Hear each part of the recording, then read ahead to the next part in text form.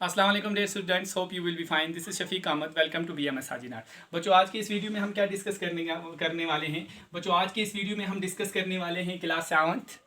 हमारा जो टॉपिक है ये क्लास 7 की SST है। टॉपिक है how state government work, state government कैसे काम करती है। तो आज हम देखेंगे मेजॉरिटी क्या होती है एक स्टेट गवर्नमेंट के अंदर और अपोजिशन क्या होती है एक स्टेट गवर्नमेंट के अंदर। बच्चों, हम एक पॉलिटिकल सिस्टम की बात कर रहे हैं, एक डेमोक्रेसी की बात कर रहे हैं, और उस डेमोक्रेसी के अंदर, इस पॉलिटिकल सिस्टम के अंदर दो चीज़ें बहुत इंपॉर्टेंट हैं बच्चों, वो है मेजॉरिटी और अपोजिशन। पिछले दो वीडियो आपने देखे हैं, उन दो वीडियो में हमने किसकी बात की, स्टेट गवर्नमेंट के अंदर जो कॉन्स्टिट्यूंसी होती है वो क्या होती है, या MLA कैसे बनता है, या how in MLA become minister, या MLA मिनिस्टर कैसे बनता है। तो आज हम बात करेंगे बच्चों मेजॉरिटी की। मेजॉरिटी किसे कहते हैं बच्चों? हम बात कर रहे हैं डेमोक्रेटिक सिस्टम की, एक पॉलिटिकल सिस्टम की। एक पॉलिटिकल सिस्टम या एक डेमोक्रेटिक सिस्टम के अंदर मेजॉरिटी क्या होती है बच्चों? मान लेते हैं जम्मू कश्मीर की union territory, Jammu Kashmir state union territory बनने से पहले यहाँ की असेंबली सीट्स जो थी वो 87 थी। 87 में से अगर कोई भी पार्टी 44 प्लस सीट्स हासिल कर लेती वो उसको मेजॉरिटी मिलती, यानी हाफ से ज़्यादा सीटों को गेन करना, सीटों को हासिल करना, इसको हम मेजॉरिटी कहते हैं। आपको एक और एग्जांपल देता हूँ। इंडियन पार्लियामेंट में जो लोकसभा है इसकी स्ट्रेंथ क्या है, इसकी सीट्स कितनी? 545।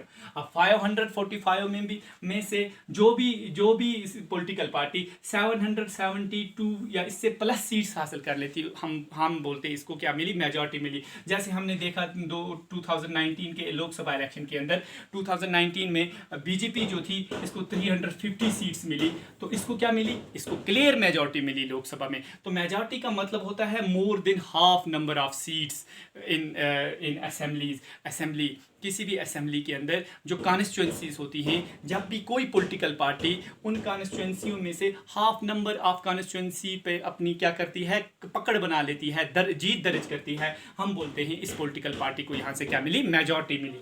तो a political party whose MLAs have won more than half the number of constituencies, more than half the number of constituencies in the state can be said to be in majority।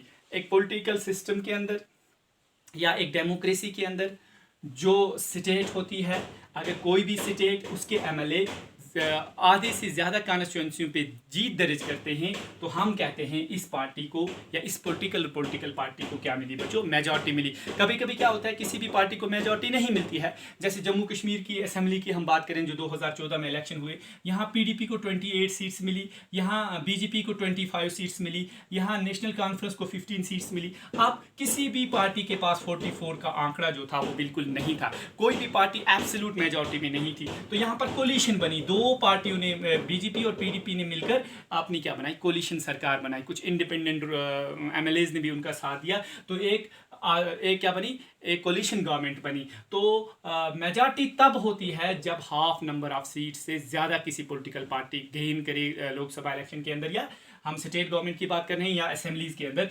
Assembly election के अंदर जो half number of seat से ज़्यादा constituency पे अपने जीत दर्ज करे, तो इसको हम क्या बोलते हैं बच्चों? मेजॉरिटी बोलते हैं।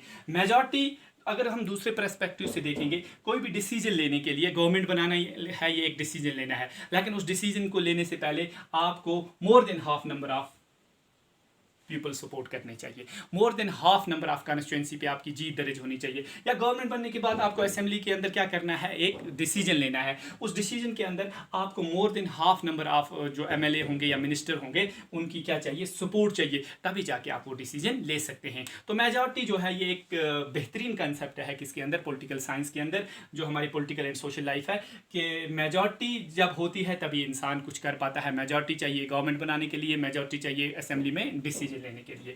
तो दूसरा जो इंपॉर्टेंट टॉपिक है बच्चों वो है अपोजिशन। अपोजिशन क्या है? देखो बच्चों, हम बात कर रहे हैं पॉलिटिकल सिस्टम की, एक डेमोक्रेटिक सिस्टम की। डेमोक्रेसी में के अंदर, एक पॉलिटिकल सिस्टम के अंदर अपोजिशन का एक ज़बरदस्त रोल है, एक इंपॉर्टेंट रोल है। कोई भी मुल्क जो है उसके अपना एक पॉलिटिकल सिस्टम है। कहीं पर 2 पार्टी सिस्टम है, कहीं पर 3 पार्टी सिस्टम है, कहीं पर मल्टी पार्टी सिस्टम है, कहीं पर 1 पार्टी सिस्टम है। हमारे अगर हम बात करें अपने इंडिया की, यहाँ पर मल्टी पार्टी सिस्टम है। तो बहुत सारी पार्टियां इलेक्शन लड़ती हैं, तो हर एक पार्टी को लाजमी है कि इलेक्शन तो हर एक पार्टी नहीं जीतेगी। तो क्या होता है, कोई एक पार्टी क्या करती है? मेजॉरिटी हासिल करती है। जब कोई पार्टी मेजॉरिटी हासिल करती है तो क्लियर है वो गवर्नमेंट बनाती है। लेकिन जो रिप्रेजेंटेटिव बाकी पार्टियों के होते हैं, लेकिन वो भी जीत के आते हैं, चाहे असेंबली में आए चाहे पार्लियामेंट के अंदर आए, वो रूलिंग पार्टी का हिस्सा नहीं होते, उनका काम होता है अपोजिशन, वो होती है अपोजिशन। तो ये कहता है this refer to the elected representative who are not the members of ruling party. Opposition हम कहेंगे उन रिप्रेजेंटेटिव्स को, असेंबली की, पर्टिकुलरली असेंबली की बात हम कर रहे हैं, असेंबली के अंदर उन रिप्रेजेंटेटिव्स को हम क्या कहेंगे बच्चों, अपोजिशन कहेंगे, जो रूलिंग पार्टी का हिस्सा नहीं होते। रिप्रेजेंटेटिव होते हैं, लोगों ने उनको चुना होता है, वो इलेक्शन जीत के आते हैं, लेकिन रूलिंग पार्टी का हिस्सा नहीं होते। इनका अपना एक ज़बरदस्त रोल होता है, क्योंकि कहते हैं डेमोक्रेसी के अंदर गवर्नमेंट चलाता कौन है, अपोजिशन चलाता है।